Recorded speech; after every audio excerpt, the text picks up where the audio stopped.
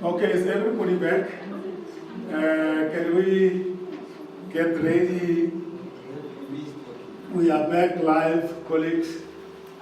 So let's include our colleagues who are in the cyberspace virtually with us.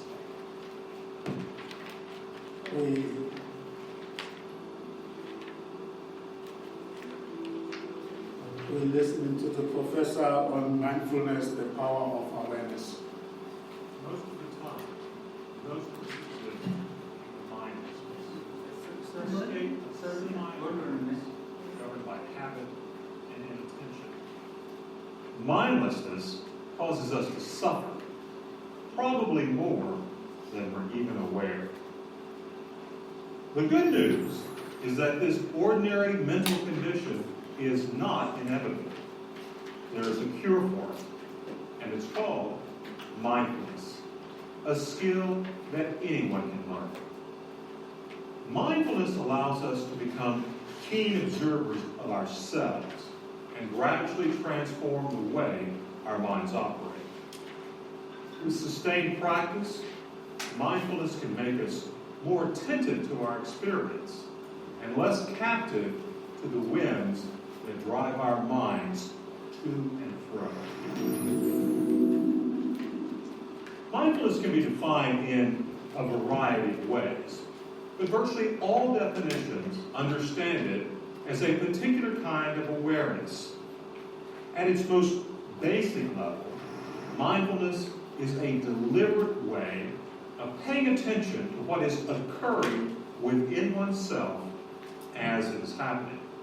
Mindfulness is moment-by-moment awareness. It is the process of attentively observing your experience as it unfolds.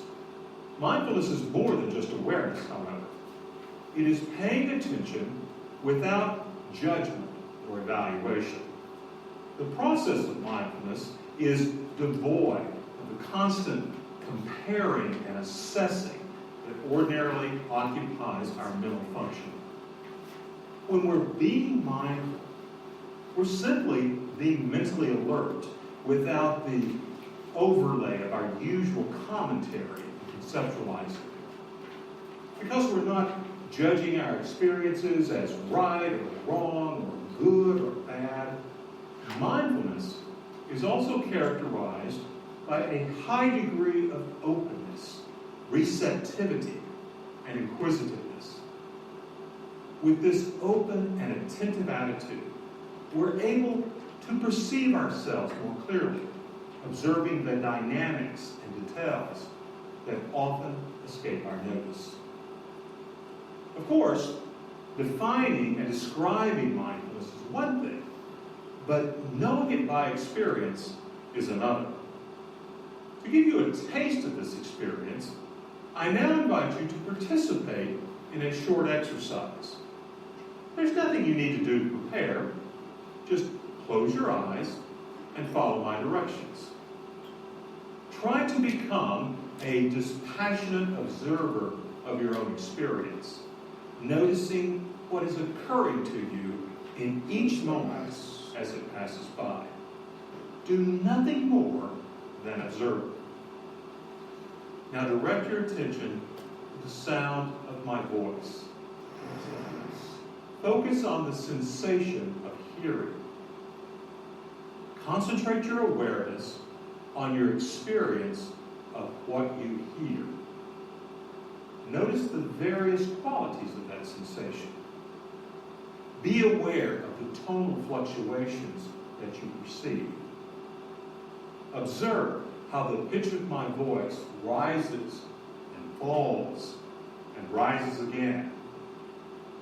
Listen to the variations of volume as my voice gets quieter and then louder.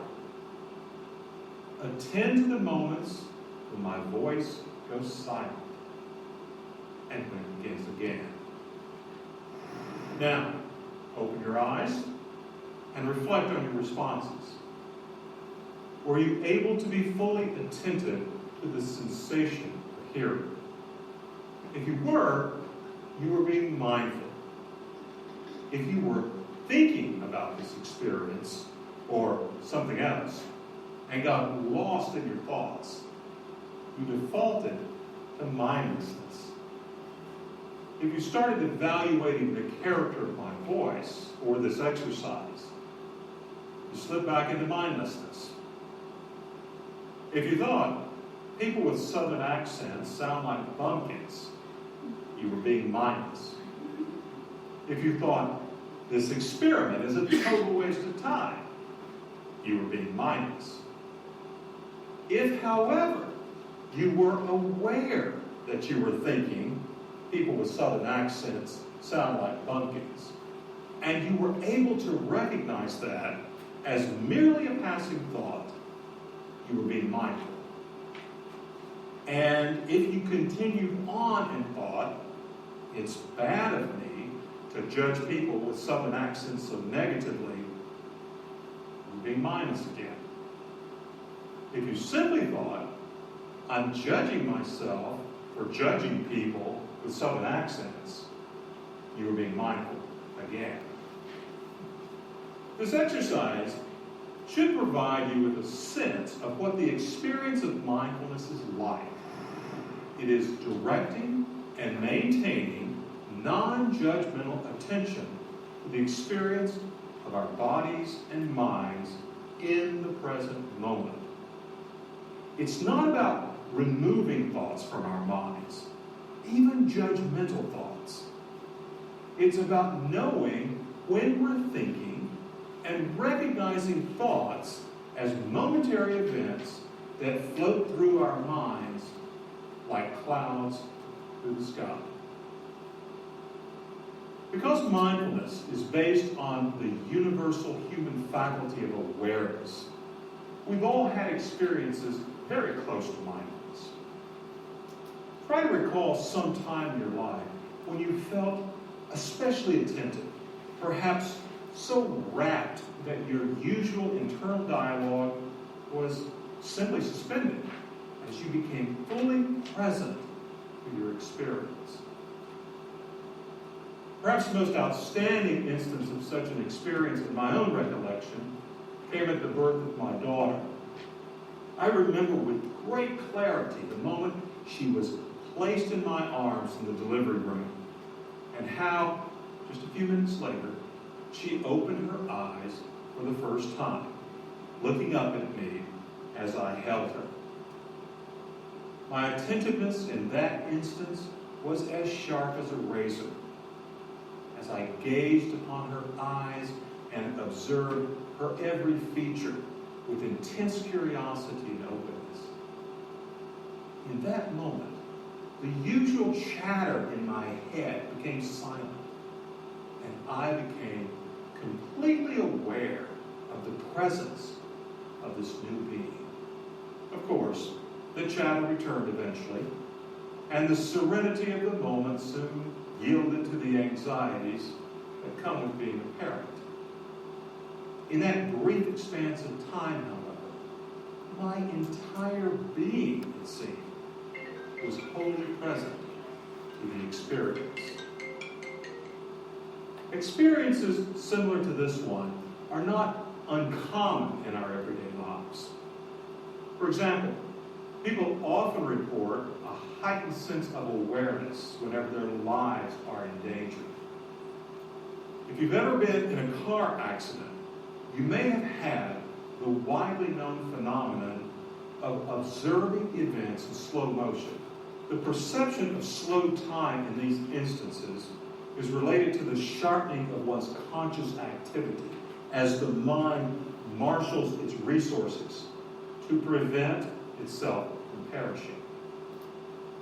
If you've never had a life-threatening experience, imagine finding yourself trying to walk across a frozen lake when you suddenly discover yourself on thin ice. Think how attentive you'd become to every aspect of your experience as you try to negotiate your way back to safety. Or recall an instance when you received some bad news. You may be able to remember the experience with great vividness.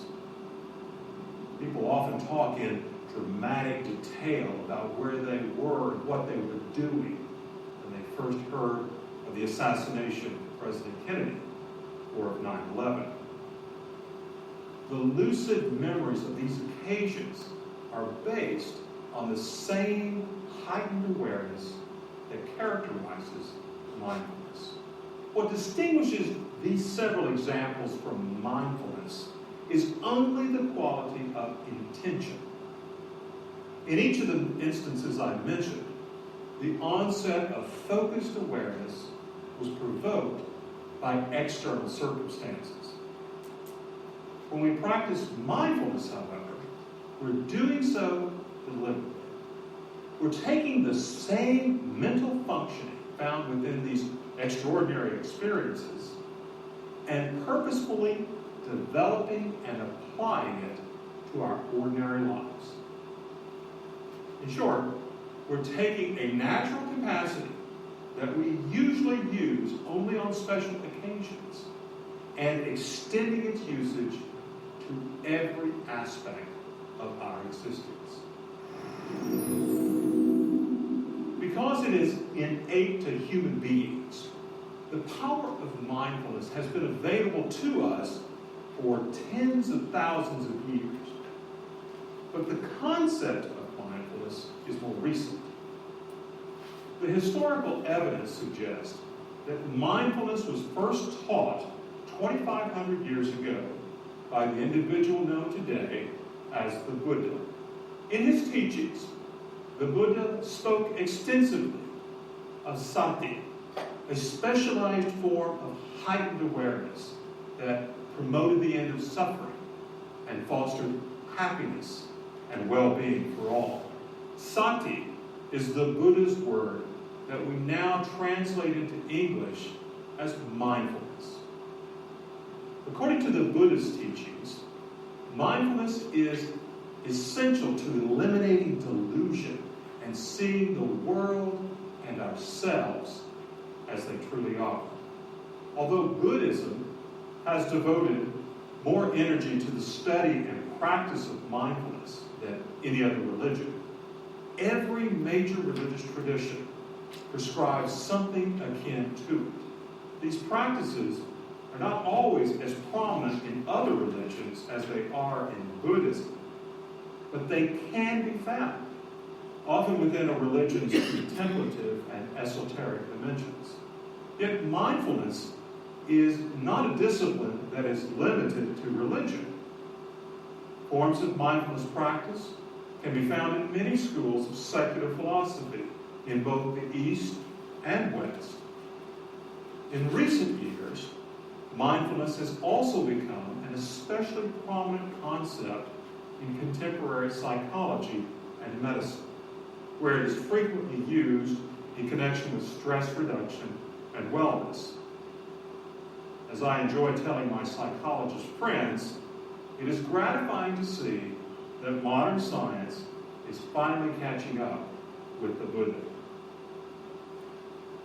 Because of the prominence of mindfulness in the Buddhist tradition, many of the resources for this course come from Buddhism.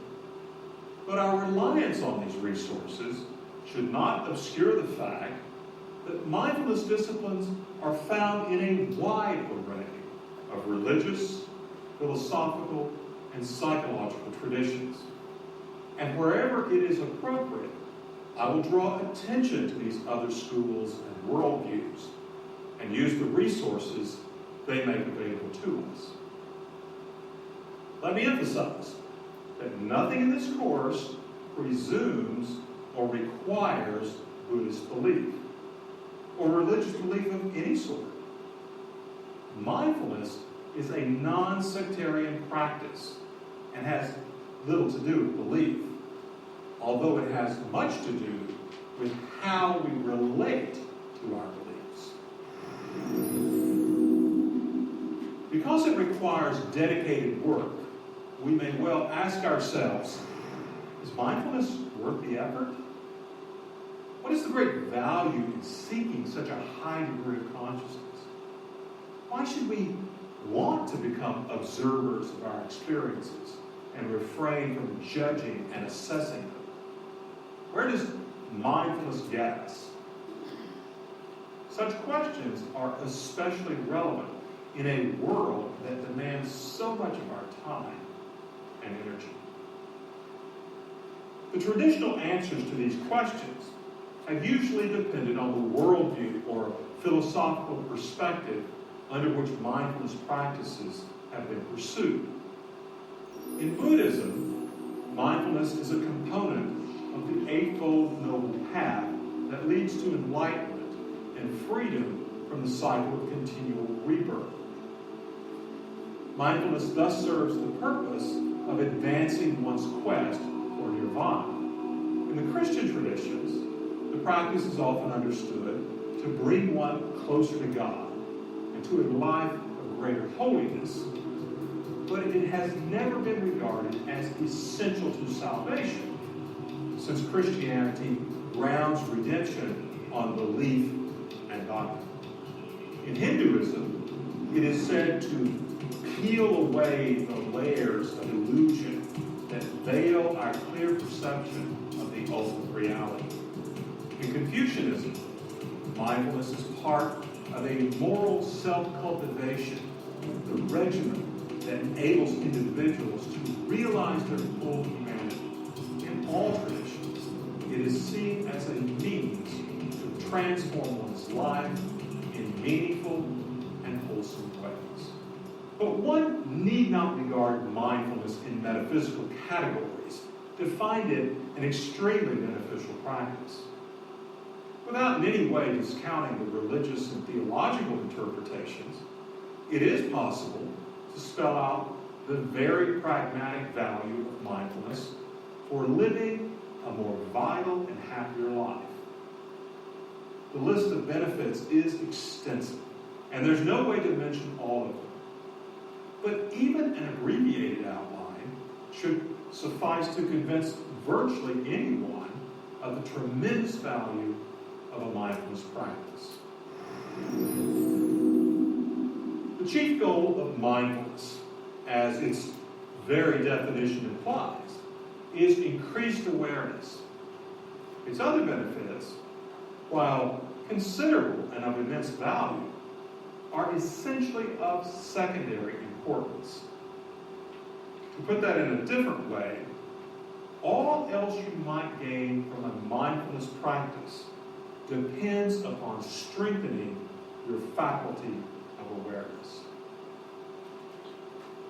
Although it is used for these purposes, mindfulness is not fundamentally about relaxation, stress reduction, or even self-improvement.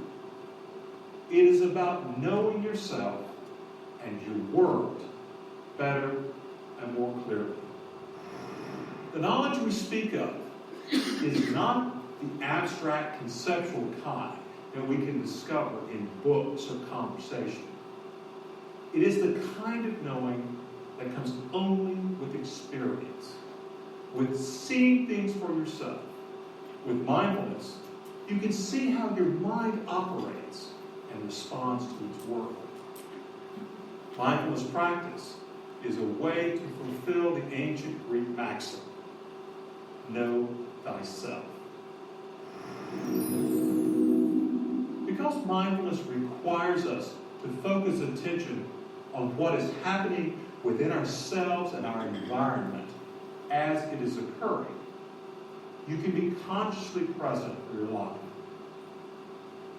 As we observed in the first lecture, we spend much of our lives in a semi-conscious state, dwelling on some triviality, planning the future, or reviewing the past. Too often, we live according to habit and routine, without making conscious choices about our lives. For me, it would be tragic to come to the end of my days and realize that for most of them, I simply wasn't there. If that image troubles you, like it does me, you might discover that a mindfulness practice will offer you a way to show up for your own existence. We learn in the mindfulness disciplines that there is a lot in the world over which we have no control. Mindfulness teaches this fact not as an abstract idea to which we give assent, but as a concrete and clearly demonstrated reality. At the same time, mindfulness teaches that one of the things that we can change is the operation of our own minds. I cannot stop from getting old or from dying. I cannot control what you think of me. I can't change the past that has shaped who I have become. But I can choose how I will respond to getting old and to your opinion of me. I can decide how my past will influence the person I am now and will be in the future. Ordinarily, our responses to the elements of life that are out of our control are determined by our conditioning. They're not so much responses as they are knee-jerk reactions and reflexes. We tend to act out of habit, without much thought, unaware that we can be more deliberate about the way we allow events beyond our power to affect us. Practicing mindfulness can give us a mental spaciousness that offers us greater freedom to shape the kind of person we will become. Let me offer a personal example of what I mean by mental spaciousness. Some time ago, one of my former students asked me to conduct her wedding ceremony, which of course I was delighted to do. It was a beautiful summer day in the hills of East Tennessee. The wedding was to take place outdoors, overlooking a gorgeous panoramic view. It was late afternoon, as the sun was approaching the horizon. The bride and groom looked lovely, and I was feeling great, thinking I was looking pretty lovely myself. Everything was perfect. Just as I was beginning the recitation of the vows, a bee that had been buzzing around this idyllic setting landed on my cheek and proceeded to crawl up to the space between my eye and glasses. In that moment, my years of mindfulness practice paid some dividends. Resisting the impulse to freak out and disrupt this elegant occasion, I made myself the observer of my own experience. I didn't flinch. I didn't panic. As I continued with the service, I kept aware of this insect exploring the area surrounding my eye. I had the presence of mind to realize that if I made some sudden motion to shoo it away, I would likely get stung and upset the ceremony with some ugly form of dancing. I also knew that my greatest chance to survive this event with dignity would be to do nothing. And so I did. The little bee hung around until the bride and groom exchanged their vows. And then, to my great relief, flew off to enjoy the rest of its day. I acted just like a Buddha, up to the moment of the bee's departure. If I had been a fully realized being, I wouldn't have reacted with such tremendous relief. A Buddha would have responded with equanimity to both a departure and a sting. For a few brief, shining moments, my mind was like that of a Buddha. This same mental spaciousness is of immense value in helping us manage the seemingly incessant colloquy of judgments and commentary that constitutes the mindless state. It allows us to recognize the patterns of thinking that are detrimental to the well-being of ourselves and others, and enables us to relinquish them and render them harmless. Likewise, mindfulness helps us work with difficult emotional states, such as anger, greed, and fear, providing us with the resources to act on these states in ways that are beneficial rather than damaging.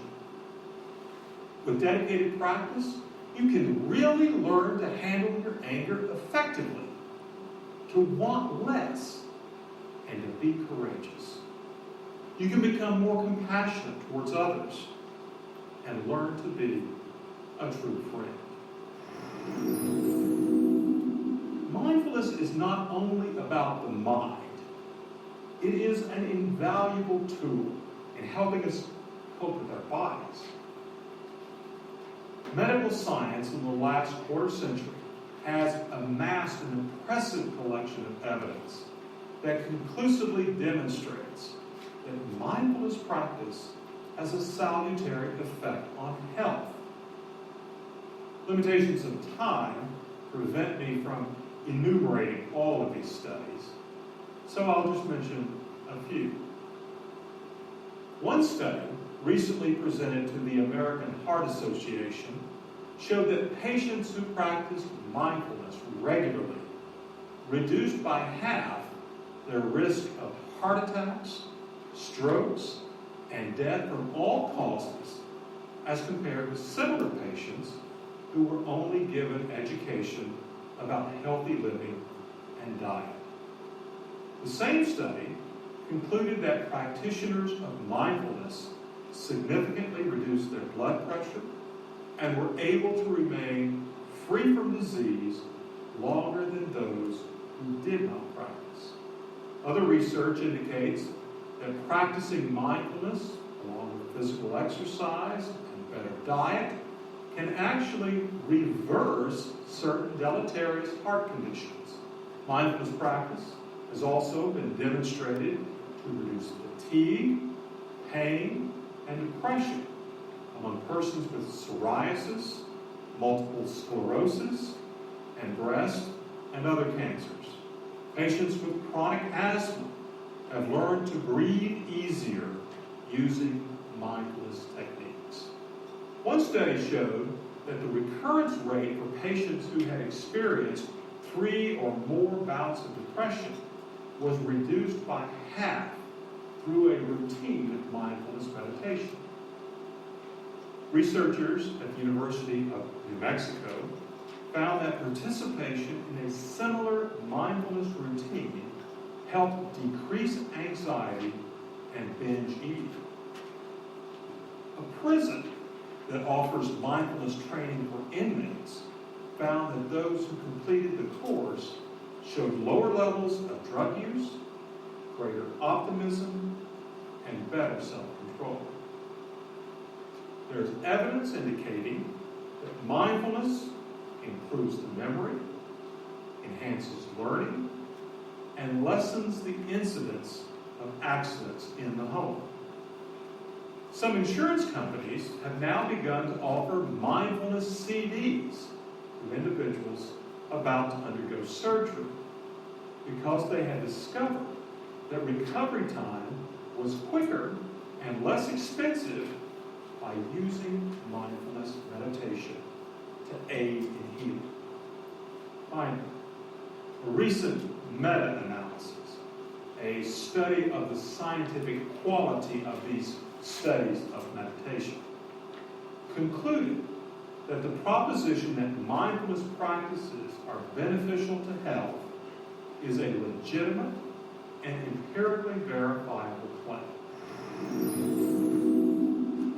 Although the evidence is clear that mindfulness offers valuable and even amazing contributions to our physical and psychological well-being, it is still unable to stave off the inevitable demise of our bodies. No matter how healthy we have been, each of us will die. And the practice of mindfulness cannot change that reality. But mindfulness can help us accept the fact and prepare us for the moment when we draw our last breath.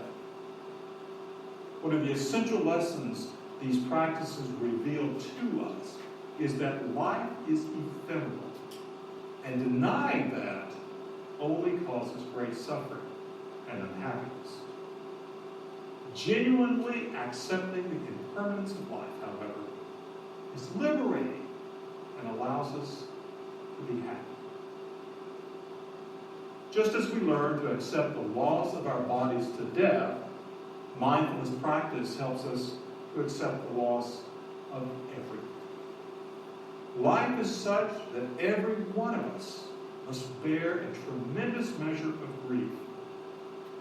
In the end, we will be separated from everything we have ever held dear.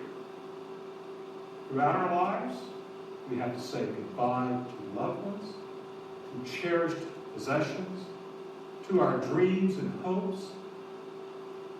Mindfulness teaches us to prepare for that inevitability and to accept it, not with stoic resignation, but with joy and contentment.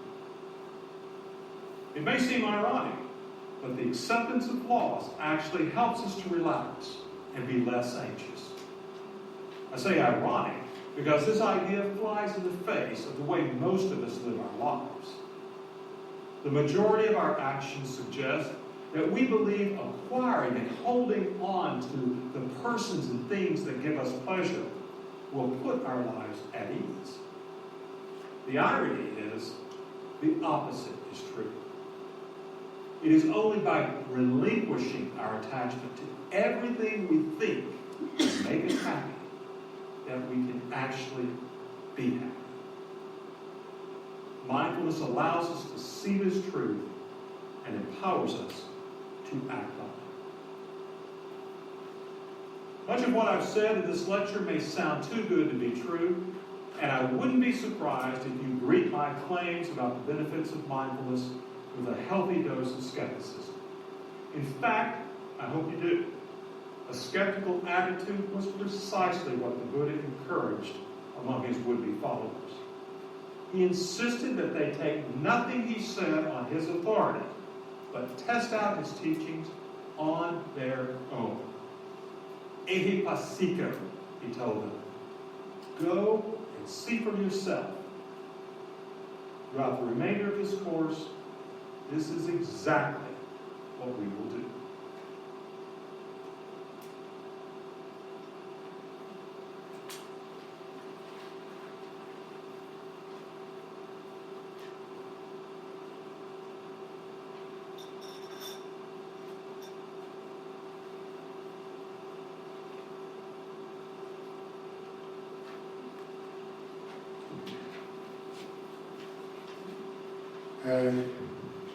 I've listened to this professor's lecture many times, and I will listen to it many times to come. It's a 24 lecture series, so this is just lecture 2. So we'll see that every LEKGOTLA that we tell more, and as you practice it, I'm sure you're going to tell more than he is, because I can relate to it. So I'm going to hand over to Adila for comments, and then she will be followed by Mr. Mahonyan Patel. You're going to share with us your practice, and he's going to share with us our mind and the thoughts, reflecting on the lecture. Let's welcome. Thanks, Ed. Do I have to take the stick? Acknowledge everyone in the room and the space. Thank you, Stephen. Can I move my chair so that I'm facing you? Sam, are we pressed for time? No, we have enough time. Okay. So we can easily spend 30 minutes maximum, Thank you. and he will spend 30 minutes maximum. That will take us to lunchtime. Where can I put this?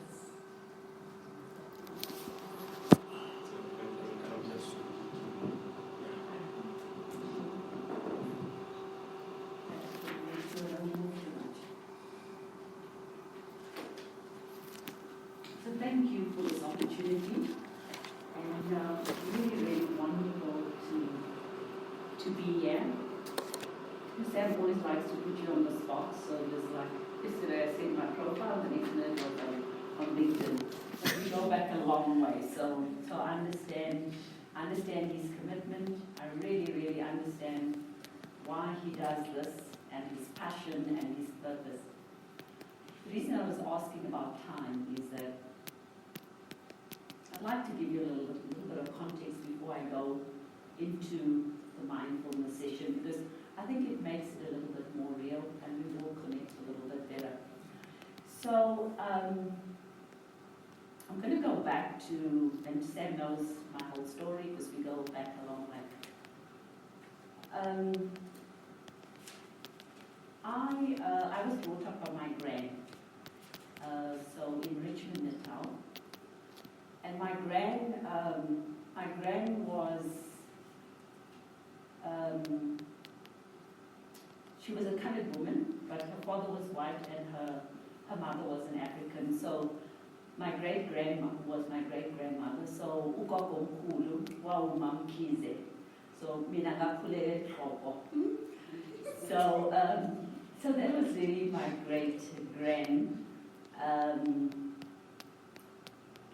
And my mother, she went to school in Kopanong, and she started her family very young.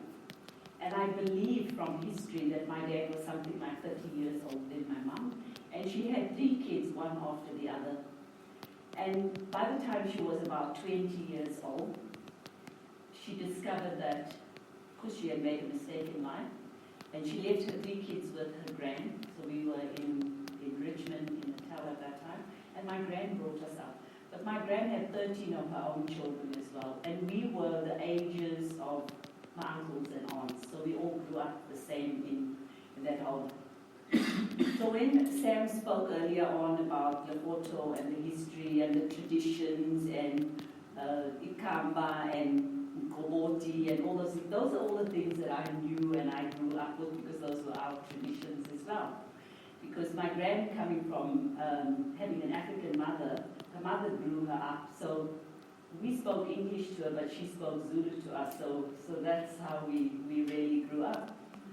But to cut a long story short, having had 13 children, and life was difficult at that time. I remember us growing up, no shoes. My gran sometimes doesn't know what to cook for the day.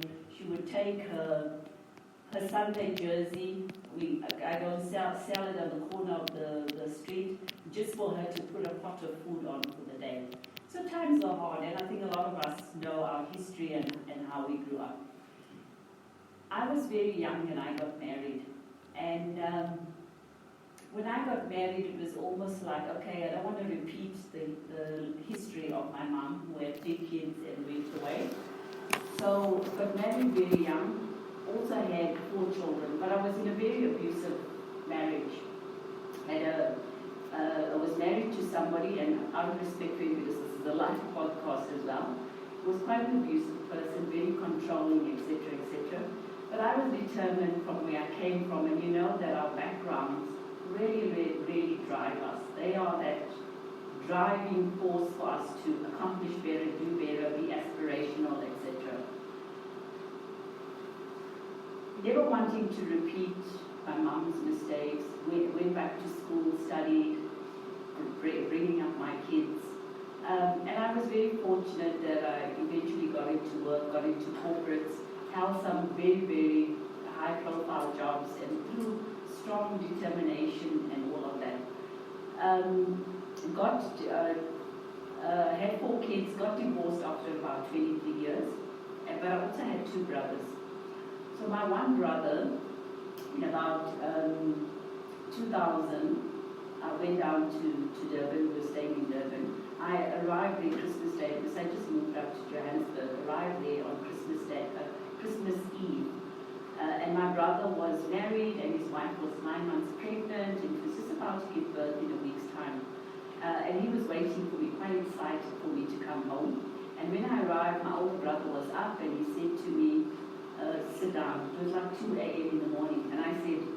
why are you up? Like, you shouldn't be waiting for me. He said, no, I want you to sit down. And then we sat down, and then he said to me, our brother's just been murdered. So he had gone to the shop, he was waiting for me, and had an argument with somebody over a parking space. The guy pulled out a knife, stabbed him in his heart in front of his wife. So on Christmas Day we buried him because we Muslim buried the next day, and his baby was born a week after that. My other brother was involved in a love triangle, and he had a fight with the guy. In any case, it ended up being that he was shot, the guy was shot, but he went to prison for 23 years. So why am I telling you all of this? I'm telling you that I had a lot of emotional baggage, and at some point in time, all this emotional baggage had to be, you had to release it and let it go. And my grandmother had 13 kids as well, who we were all so close. They were like, the Ubuntu was really, they were brothers and sisters, and we all looked after each other. But they all, because of the background, the alcoholism and all of that, they all died. I saw them falling one after the other. My grandfather was walking down the stairs, and he fell right to the bottom, cracked his skull, and he died in front of us. So there was a lot of tragedy and all of that. And I buried it because you have to be strong. My grandmother brought me up, you be strong, you know your place as a woman. So we always kept things. All those emotions were buried all the time. Because you always got to show a strong face, never show your kids you're crying, this, that, and the other. Nevertheless, got into the corporate world, really made it successfully. I worked for L'Oreal for 15 years. I was the general manager for L'Oreal, worked for Merck Pharmaceuticals for 10 years, and now I'm with GSK. So all that then pushed me into discovering myself. I went on a self-actualization journey. I took some time off from work, I took a sabbatical, and it was actually a 3-year journey. And on the self-actualization journey, it was really about finding, okay, what are my milestones? What are my priorities? What is my purpose? What is my passion? Where do I go from here?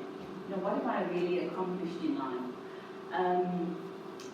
And went on this journey and thought, oh wow, I did an NLP course, went for 3 months just on a self-actualization journey. And when I came out of there, I thought, wow, discovered my purpose and my passion, feeling I'm on the right track, etc., etc. And then looking back at all of that as time was going by, I realized, no, I was only work in progress. It was not, I had not discovered my purpose and my passion. So it really, really has been a journey. Even now, I'm 62 years old.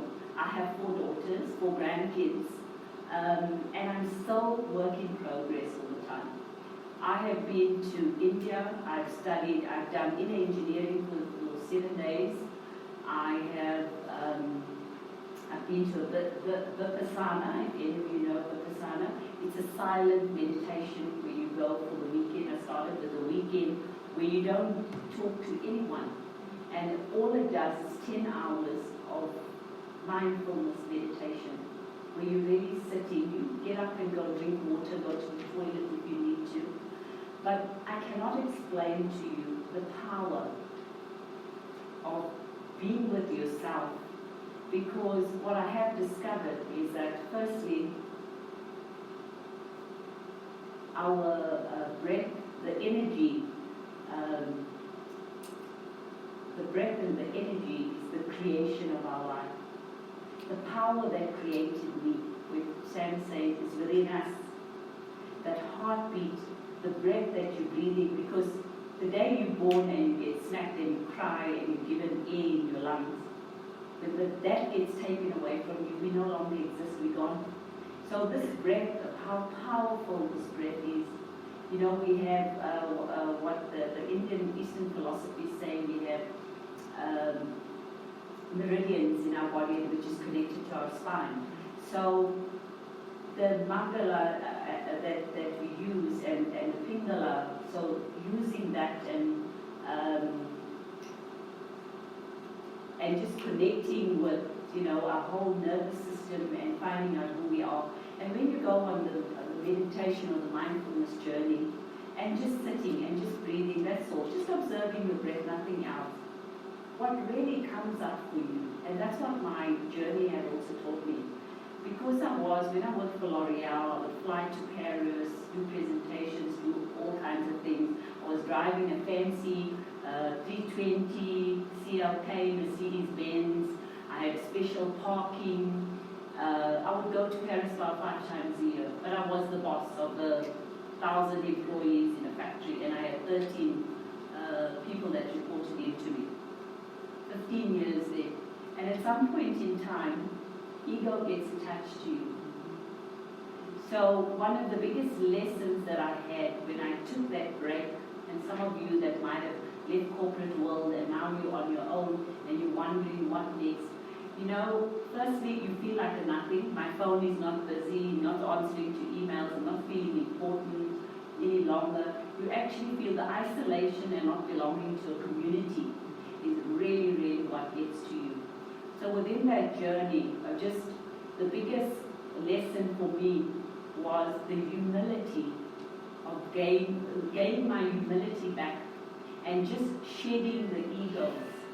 Just sitting there, and the things that come up for you, which you let go, it's all your own stuff. It's your own stuff. Because that's what it's about. It's about taking ownership and accountability for your own things, And I can tell you, I've had scares, I've had hip issues where I've been told by 3 orthopedic surgeons that I've had the MRIs show that I've got labral tears in it, and I had a big bone cyst on my hip, and they said you've got osteoporosis and degeneration, and I just believe that the power that created me and the energy within me is going to heal this body, because the body has the power to heal itself. That's our gift. And that's all I believed in. And I have gone back for MRIs and everything has been clear. I had cancer scare. I had overactive thyroid, so I took radiation. But I just believed, and I'm sitting here today, 62 years old. Never been healthier, never been happier in my life. Whenever I look at what are those unfulfilled needs that I still need to bring into my life, I just sit quietly and I get the answers. I'm in a corporate world. I had 42 countries. I had to retrench 750 people, and we're all faced with that all the time.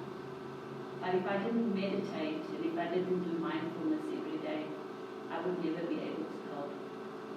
Because the emotions that come with that, dealing with people in HR and dealing with people's problems and issues every day, can take a lot out of you. But every day I have to say to myself, even when I go through a restructure or whatever, that I don't know what somebody else's journey is. I don't know what their journey is. So I can't control that. I can support them in whatever I do. But everybody has their journey and their destiny. And that journey and destiny, that space, and it's not about us. It's out of all of that comes personal growth for you. So I think when you look at your life and you look at the circle of life, whether it is me, my health, my finance, my relationships, whatever it is in that circle of life, and that's the most important thing about meditation and mindfulness is firstly being clear. What does that circle of life look like for me? Can I articulate every aspect of that circle of life? Because when you clear, everything is about clarity. When you clear about that, and if you write it down, you really take the time to reflect and write that exercise down. They say everything you do, you have to manifest it in your mind first for it to become a reality in your life. So when you write that out, what does my health look like? What does my finance? What does my relationships look like? What does my career look like? And you write it down, and even if you put it away somewhere or you look at it, you have put it out there in the universe. And you will see that, you will realize that, if I'm doing something, this does not support that thing that I want, that I see the vision of my circle of life. And you will drop it, because you become so clear and so focused about bringing in the things that will support this life that I want to have for myself. I'm at a place where my kids are all grown and they've gone out. It's the best time of my life. I've never been so peaceful. Never. All the years I was saying, with everything that I came from, all the hurt, the trauma, that they liberated me from my past. And it shaped my leadership journey at a very young age. My grand would go, we have to cook, clean the yard, wash the toilets, do everything, take responsibility, take ownership, look after the little ones. Your leadership journey is shaped at a very young age. A lot of them will tell us about leadership journeys. You live in Africa, a lot of us, our leadership journeys are shaped at a very young age and we don't realize it. We think there's all these theories about leadership. Go back to where you come from and you will find that I learned all this. I learned to care for people. I learned empathy. I learned kindness. I learned joy. The things that leadership don't even teach you learn. So, sorry, I went a little bit of a tangent off the thing, but that's how I incorporated mindfulness into my life. And I question every day.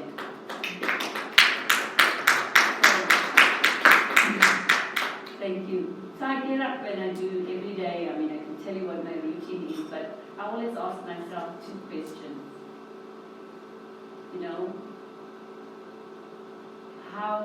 Where can I make an impact today in my life? How can I make a difference? Where can I contribute? Those are the 2 questions when I go into my meditations in the morning that I ask myself. And when I do meditate, I'm actually not at the stage where I'm asking for things. Because sometimes you focus on something, the more you focus on it, the further it goes away from you. When you focus on things around you, I focus on gratitude. And my gratitude for my family, the planet. About 1 year and 3 months now, I'm whole plant food based. Because I realized when you become conscious, you realize life is so precious that even an ant's life, that busy ant, it knows that my life is busy, it knows what its life is about. We don't know what our life is about. We're busy, but we don't know. They know the survival. They will, try not to get trampled, but if they do get trampled. But when you realize that life is so precious, our life is precious, the tree, and how we all connected. When you're doing mindfulness, you suddenly look at the trees and you realize that even if you put your head against the tree trunk and you hear the sounds, the singing, or the leaves rustling or whatever, and you realize that every single thing has a life, and you appreciate the life. So that is my own decision that I decided not to eat meat, because I realized that I consider life to be so precious. And I might eat a cow a year myself, or making for my family or whatever, and they respect that about it. But it's my journey, it's my personal journey, and that's where I am in my life. So what I'm saying is, when you think about whether it is sending this energy and this gratitude after your meditation, even if it's 5 minutes or 10 minutes, out into maybe the leaders of our country to make better decisions for the people, the planet and us, or whether it's for the universe, or whether it's for my family members, everyone that knows me, when you're sending that, you heal yourself. When somebody, it's strange when you're meditating, I know when somebody needs my energy because they come to me in the meditation and I pray for them. So when somebody comes to your mind, it's really about saying love, sending love. There's a few concepts and tools, a lot of tools that I have in my box during my journey that I left. And one of them was the Ho'oponopono prayer as well, which is, I'm sorry, please forgive me, thank you, and I love you. It's such a powerful prayer. And I say, whenever somebody comes to my mind, if I go to work and somebody's been upset me, a leader or anything, I just, I'm sorry, please forgive me. Thank you, I love you, I forgive you. And my mind just changes how I see things. Because we have to fix our mind. When we fix our mind, everything around us changes. The whole situation, even if you're in a relationship, it's not about the other person. It's about you. Fix yourself, and you will see how the situation around you changes. So thank you. You might have questions.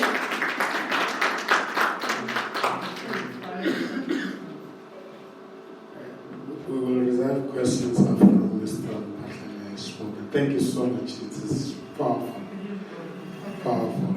We are reflecting on the professor's content. I have a very interesting history with him, but we'll talk about it later because it's all through connections. Mr. Mphahlele, the mind and the thoughts.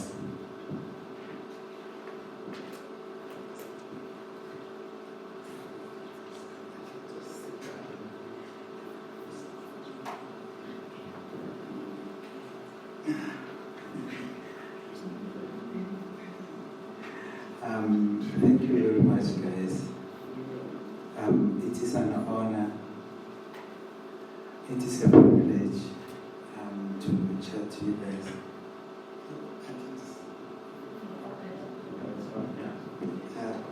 Can you hear me?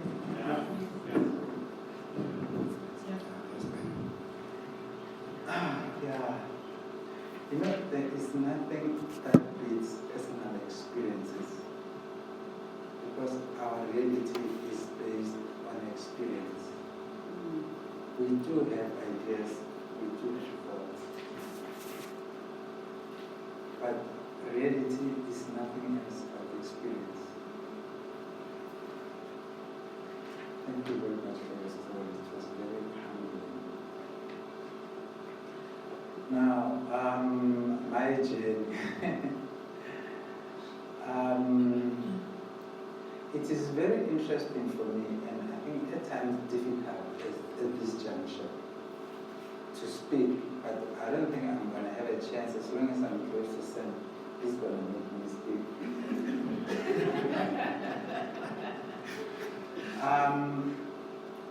I started this journey like everyone else.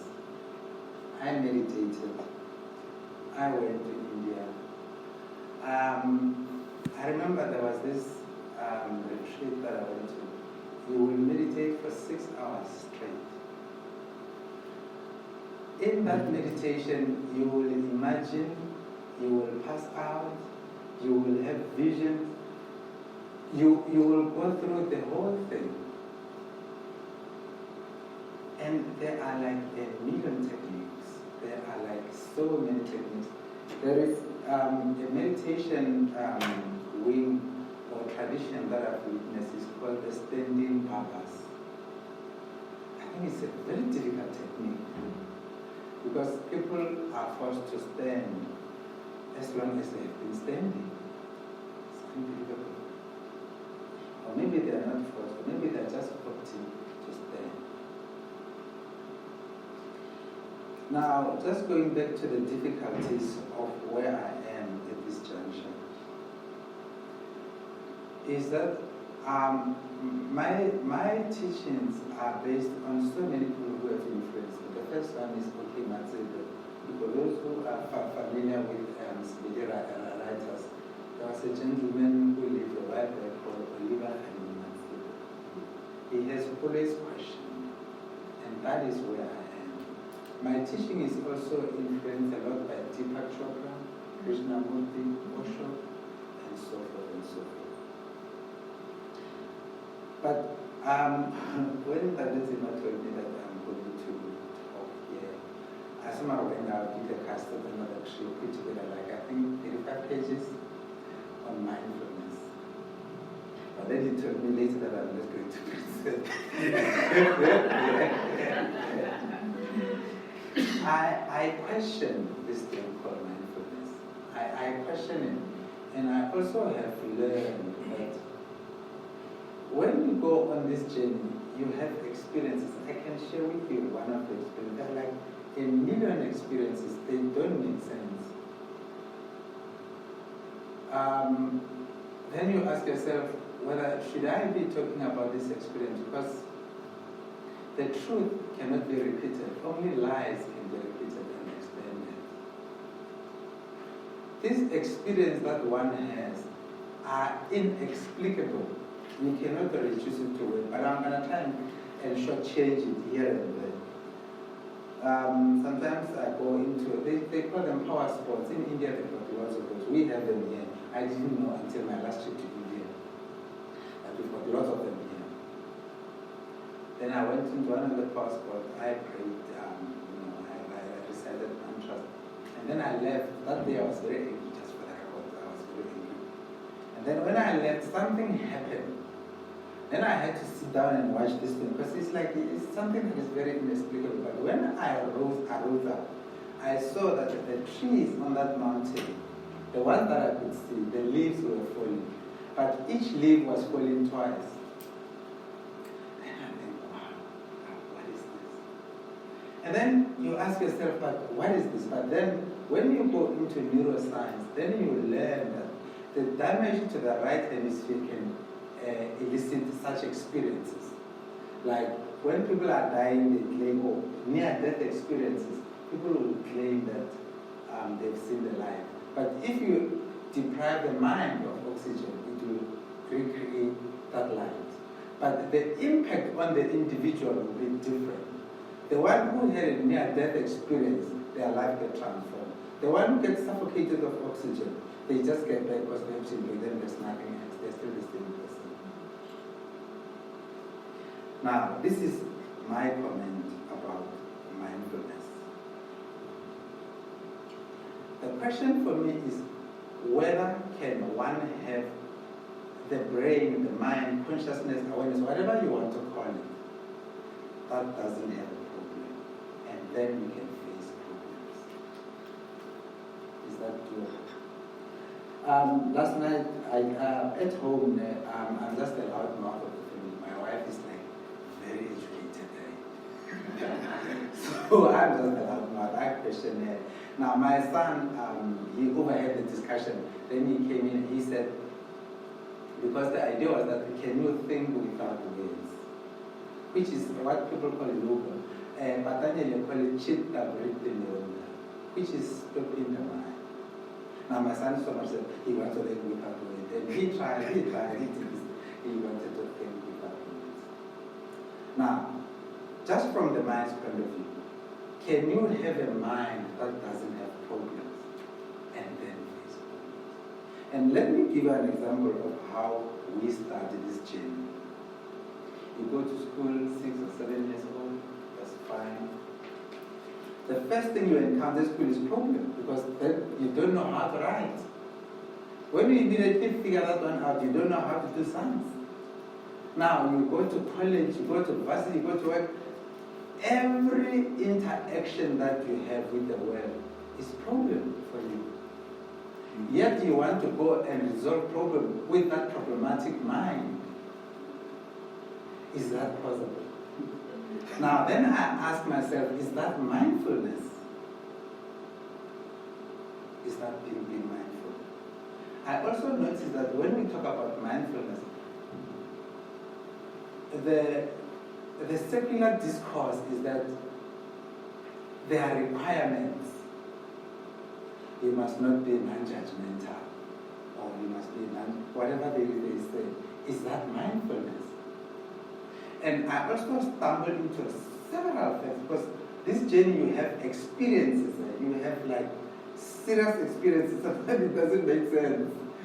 I'll share it with you, but now I want to go back to this thing of thought, of what is thought, because we are using our thoughts to try to be mindful. Now, a thought is nothing else but a fragment of a fragment of a fragment. Because a thought can only exist in relation to another. Either I am thinking about wealth in relation to poverty, or my family, in relation to something else. That's what thought is. And a thought is a fraction of the bigger thing. So, there is this saying that I am, I think, therefore I am. Which basically means we are nothing else but our thoughts. which basically means we could just as well be praying to those thoughts, because we are going to become those thoughts. But no, as human beings, we don't like that. What we want is, human beings, when we don't want to do something, we create a practice. That's when you know we don't want to do this thing. Then we have a system, we work it all out. That's it. If all of us here have object of our desires, it doesn't matter how depressed, excited, or whatever you are. If the object of your desire appears immediately, you're going to pay attention to it, because that's what you desire. But then we want to practice mindfulness. We have to practice that. Is it because we don't desire it? Or is it because we cannot think? Because I am of a firm belief that as human beings, we are incapable of thinking, especially on issues that affect ourselves. And I'm going to say this. The capacity to think can only be measured by the ability to stop. And you must let that sink in. Because all of us, some of us here can make cars, you can drive cars. Now you're not driving a car, you're sitting here. Because you've got the capacity to drive a car. You also have the ability to stop that car. So what is happening is, thinking is happening to us. We are not thinking at all. But then what then happens is we chase each and every thought. And in actual fact, what I have learned in this journey is that when you are attentive, you can actually hear the vibration of somebody else's voice. Whether the person is nervous, is excited, is at peace, you can hear all that. And sometimes it's like somebody is downloading 1,000 terabytes into your brain in a fraction of a second. That's what it is. But then what do? We want to do something. I was chatting to Benoni. I was telling her that the thought has created all sorts of things. All sorts of things that are created by thought. It's unbelievable. There is a Buddhist and then there's a Zen Buddhist. They are all traditions. Now, in the Zen tradition, they say, he who does nothing leaves nothing undone. But as human beings, who wants to do nothing? We want to become something. We are becoming. What is wrong with just being who I am? Which is who I am trying to be. Which is who I am becoming.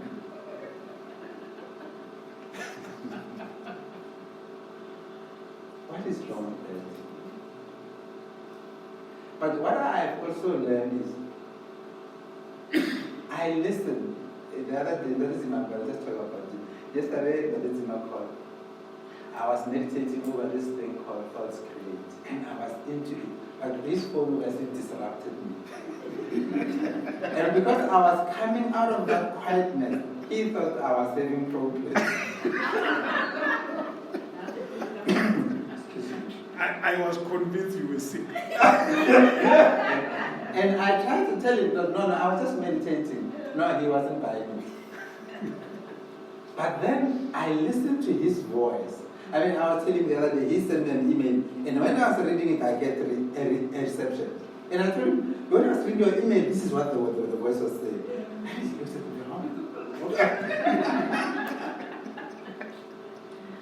I have to question mindfulness. I have to question spirituality. I have to question meditation. Because any premeditated, what's the word? The English word? Premeditated. Yeah, any premeditated meditation is no meditation at all. Because meditation is not something that you do, it's something that you are in. It is like awareness and or consciousness. We don't have awareness and or consciousness in life, but life, it is in consciousness. The reason all of us are sharing the same dream, because we are dreaming, right? By the way, you know that, eh? We are dreaming now, right? We are sharing the same dream. We are in the same dream. In the same way that you had a dream the other day with you and your loved one or your family, we are sharing this dream together. So we must doubt together. We must question together. And human beings have managed to be accepting when coming to issues of spirituality, and then to imitate the other. And then we've got like 1 million books, which I'm also reading. Because this is where I am. That tells you how to be mindful. Really? Could God be that? Could truth be that? And I also learned in this journey that sometimes I'm holding on to the things that don't work for me because I like them. That's me. You know, they make me look special. And then I want to go out and talk. I mean, what makes you think I'm deserving? Why? But this is a journey, and let me tell you a secret about these nameless things of 1,000 names. If you have fear, you will never, or you are incapable of discovering the truth, or God, or spirituality, or whatever it is that you want to call it. And then you then realize that this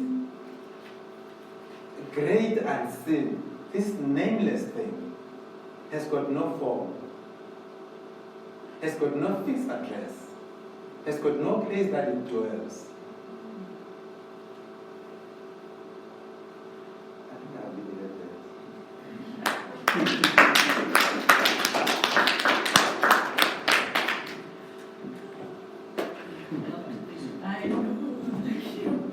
You still remember the topic you was addressing? What is it? Mind and thoughts. And you know what I like? Mahara and I, we engage quite a lot because we do some professional work together as well. He's our associate. And what I learned from him is that always question things. As much as you believe in something, you learn it from something, it makes you feel okay, and you really benefit from it, like I'm benefiting from mindfulness and meditation. I still engage, because I've read so many books of mindfulness as well. I've heard so many stories of people who went to India, East, and then went back into the West, and they used mindfulness to really help in the healing of the people. And the fact, when people believe this thing works, it works. And I think that is the whole idea. The whole idea is not for us to follow one particular pattern. Some people will tell you, I go to church every day and pray to church. Some people will say, one day I asked one lady and said, when have you been to church? When last we went to church? He says, I'm at church every day. Because I'm praying every day at home. So they don't believe that they have to go to church to pray. So even in coaching, we say that you go and learn coaching, but there are many tools we can use to actually connect with the people. And this is, you are really leading it at the right time when we're going into LEKGOTLA and we're going to unpack it even more. So you have had the discussion this morning. We first shared with you the LEKGOTLA tool. Only LEKGOTLA can allow people to talk, leaving each other space after this controversial type of thought. If there was no LEKGOTLA, we will be talking by now. We understand that you are on the floor. That's why the thing is very represented. You're going to go there in your groups. The idea is not for us to agree. The idea is for us to agree to disagree when there is a need. But the idea is when you walk out over here, you are going to be thinking about what has been said here. The professors will tell you they do research and all those things, and ultimately they come up with a syllabus, they teach it, and it works for people. And so sometimes after a couple of years, they are told you've been teaching the wrong thing. This is the last time that I hawked the stage. But that's how we do LEKGOTLA. We generate thoughts, we generate ideas, we share content with you, and then when you go into meeting LEKGOTLA, you bring your perspective, you bring your experience. And I will be keen to see who is going to come to talk on behalf of which LEKGOTLA, which we will have debated and disagreed and agreed on. We are disagreeing, but this is what we're taking back to meeting LEKGOTLA, because ultimately we have to agree in terms of the bigger system. Yeah. I am a believer I'm a Lutheran, by the way. I was born in a community where Lutheran was it. And I go to church whenever I have time because I'm busy these days. And my pastor always challenges me. We miss you. It's not because you don't believe in God, it's that we miss you. I meditate. I do mindfulness. Both prayer, meditation, and mindfulness enable me to be able to connect with my God. Because when I clean my mind in my prayer, I'm able to really listen to the scriptures and see how it relates to me. It doesn't mean that the next person who doesn't do that, I cannot connect with you, they cannot connect with me. They have got their way of connecting. So every day, and this is those who haven't heard me before, who are seeing me after so many months. Maybe that's the new me. I have this music we listen to, it comes from an app called Calm. If you really want to start engaging with this and you don't know where to start, just download the app called Calm, like calm.com.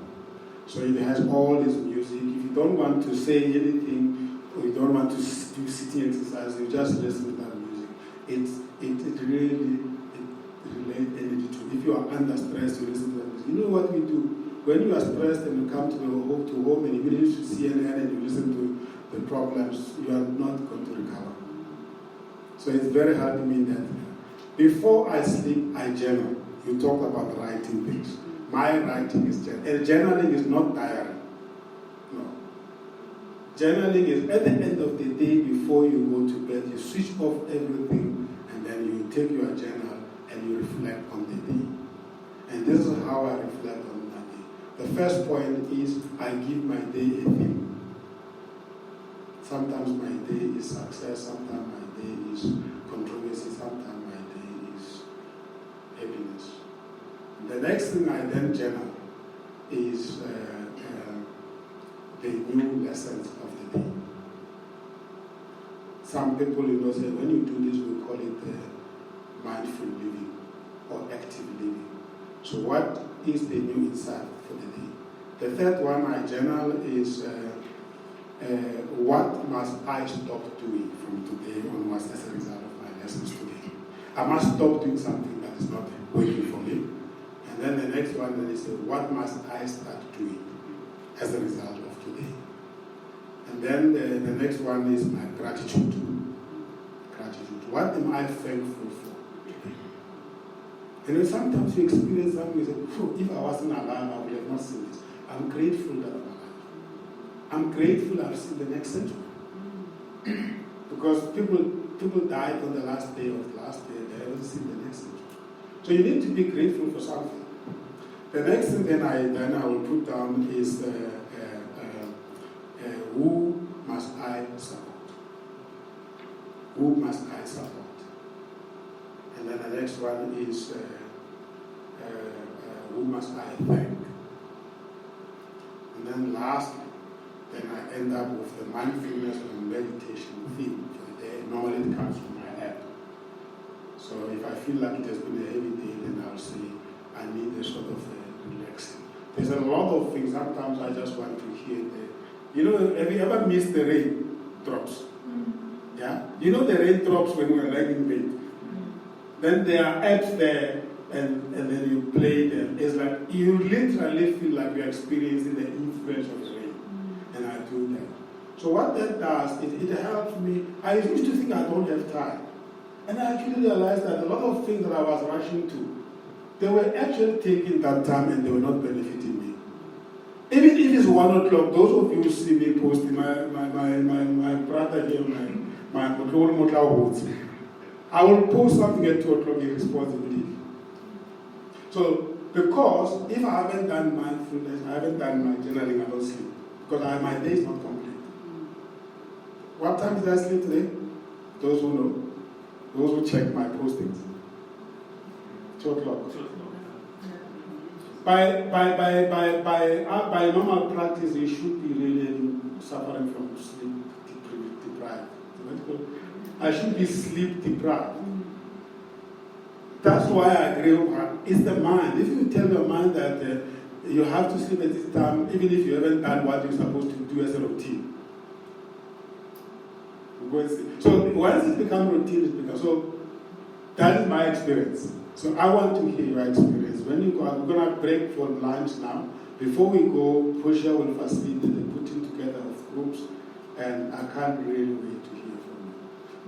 It's Adila's input, Mahonana's input, the professor's input, and your input.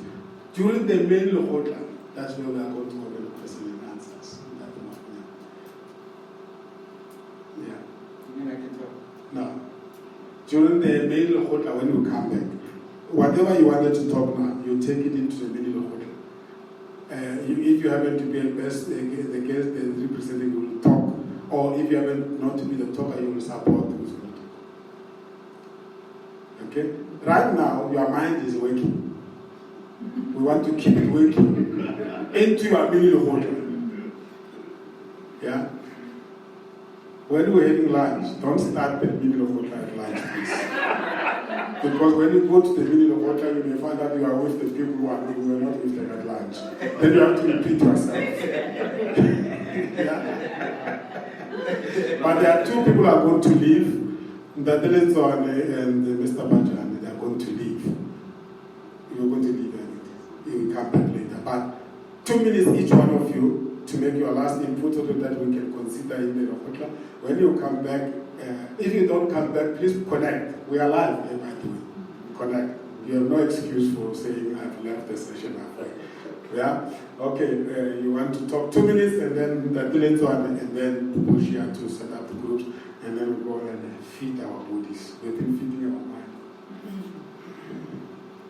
Yes, thank you very much, and thanks for sharing your stories and the thought-provoking talks that we just had. And apologies for leaving. I'm in another meeting in Joburg, so that's why I arrived late. And you can see I'm also trying to work as well because I have to do a presentation when I get there. But one thing from your side, I realized that there is a number of people who report to me at work, and this emotional baggage thing, it's a problem. People have a lot of baggage that they still have, and they don't know how to release it. And I think that's something some will know. I work for the Department of Science and Innovation. They will know that we started a coaching process at work, where people are coached on how to deal with those things. But from your side, it's, you know when you say we are not capable of thinking, it's yeah, it hits me. In our department, you know the fourth industrial revolution and the artificial intelligence, where we are worried about whether the machines are going to start thinking better than we do. And take over. It's a serious one. So it's something that I'm taking with as I live, just to think about a bit more what it needs. But in short, thank you very much. Good. Thank you. Wow.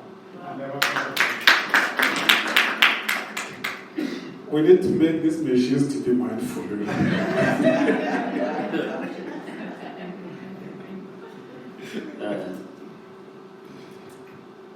Hello, everyone. Hi. My name is David Tilenzwana. Just to say, actually I wanted to be fully because I always attend some, if I'm not like having some engagement, I always attend the LEKGOTLA meetings. They are very fascinating, very, how can I say, mind sharpening. Okay, but in a nutshell, let me go straight to the presentation. The presentation itself, I actually learned a lot, which I wish I could have not been living so that I can hear the interaction and how other people really have experience and, more knowledge about it. With me, I'm actually coming from a background of Christianity, whereby I was born from a family where Actually, my father is an archbishop of the church, and I'm also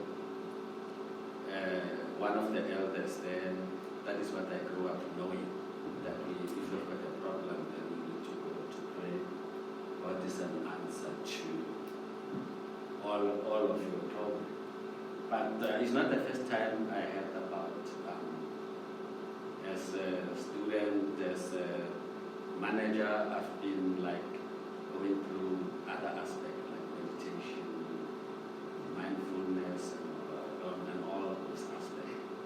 But I find them in a way, they are more overlapping or more contradictory. Because if you, being from a background that I am, like I already mentioned, so when you think of Buddhist, all the method of meditation, whatever, mindfulness, it's like in Christianity, we know that God is supreme being, and there is no other thing that is above God. So my understanding of this teaching is like we want to be God ourselves now, because it says that we need to find solution and answers for ourselves. I mean, we need to think. We need to put. We need to do great lot of thinking in solving our problems and other people's problems. We need to interact. We need to relate to our environment. So it's also helping a lot. And I think I find it very good because in comparison to Christianity, there are a lot of. I was telling some people, because I'm also a leader in this pastors' council. So I was telling the pastors there that we Christians are the most depressed people. Why I'm saying that is that we will pretend, really, I'm telling you, we will be having problems. Sometimes you'll find that this pastor had a problem at home, but you have to go to church and pretend to the congregation that everything is well. And I even told them that we need to have maybe a department that will be dealing with trauma counseling, whatever, so that we can maybe talk before we go there. We can't pretend. Because what will happen is that eventually people are going to commit suicide.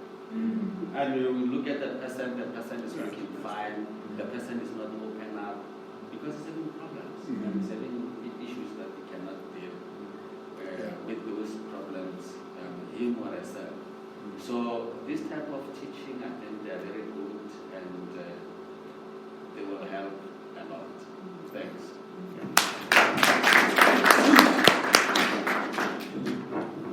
Thank you very much, Portia. Can you guide us how we're going to do the mini-local class? Because when we come back, we're not coming back here. We're going to our mini-local class, and then the recording will happen from table to table. When I come to the table, just continuously. I'm just doing because Thank you. I'm going to divide you in groups of 4. I think one group is going to be 3. So I'll call out numbers. So all the number ones will be in one group. All the number... No, I'm going to... I'll just say I'm going to do it, but I'll explain afterwards. So we come to work out.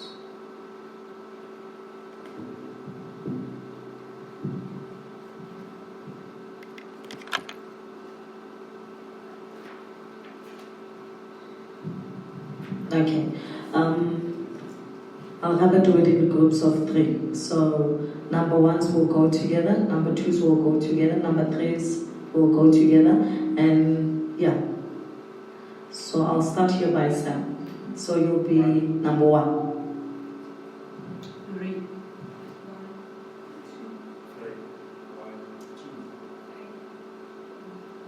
1, 2. 2.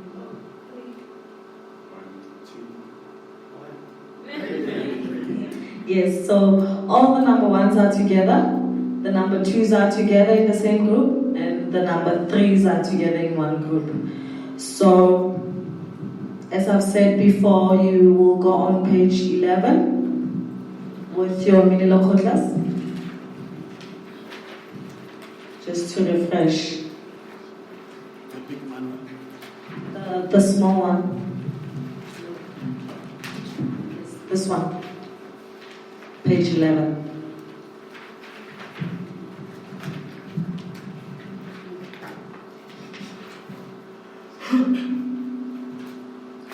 So you're going to go into your mini LEKGOTLA, appoint a chairperson, and then you will appoint the spokesperson, which will be the scribe as well. And then give your name, your mini LEKGOTLA a name, and explain why you gave your mini LEKGOTLA that name, and what does that name mean. And then share with the main LEKGOTLA when you come back the methodology that you used in arriving to that name. And then all the participants in the mini LEKGOTLA should introduce themselves in that mini LEKGOTLA using the below questions. What is your name in full, traditional African? What does your name, surname mean? Where do you work? What do you do for a living? What is your position, job title, if applicable? Where do you originally come from? Village, town, township, municipality, district, and province. Where do you currently stay? Village, town, township, municipality, district, province. And then you'll go to page 12. I didn't touch on this one earlier, so I'll just go through it. Step number 8. That's when you come back to the main LEKGOTLA. So the scribe spokesperson will do an introduction of the mini LEKGOTLA to the main LEKGOTLA. And the scribe will give us their name. They will introduce themselves to the main LEKGOTLA.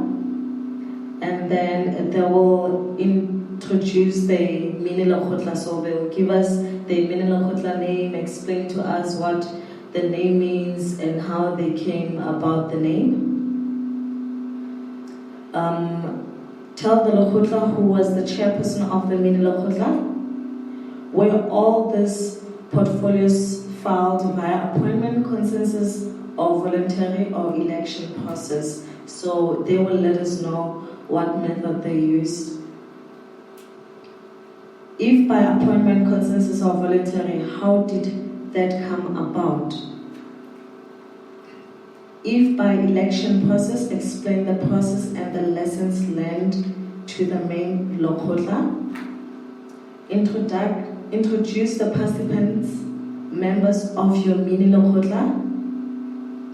Describe the diversity of the members of your mini LEKGOTLA. Tell us your take from all of the above check-in points at your mini LEKGOTLA. So this is the feedback that the scribe spokesperson of the mini LEKGOTLA will be presenting to the main LEKGOTLA, including the discussion that's going to take place in that mini LEKGOTLA, which will be focusing on today's theme. So does anyone have questions? Is it clear? Okay, then we can break into our mini LEKGOTLAs. So you can choose to sit inside or go outside.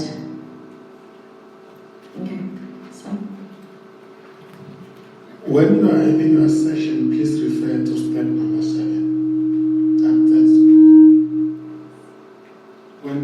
When you are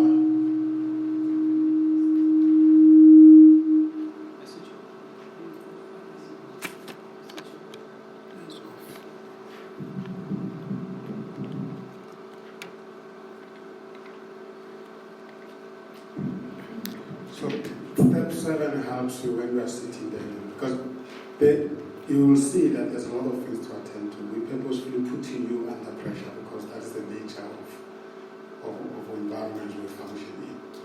So I thought somebody would ask, but when do we get time to do all these things. It is by purpose. That's why you have to have a chairperson and a scribe. The chairperson drives this to ensure that when you come back, we benefit from the discussion. Okay, great. So is that how I do this? Okay. So let's close the morning session at this point. Enjoy lunch. I think lunch is at the main restaurant. We go back there. Should I say 45 minutes? Is that fine? Or is it too long? Yeah. 45 minutes. And the other 15 remaining minutes is to walk back to you. Okay. Thank you. Enjoy lunch.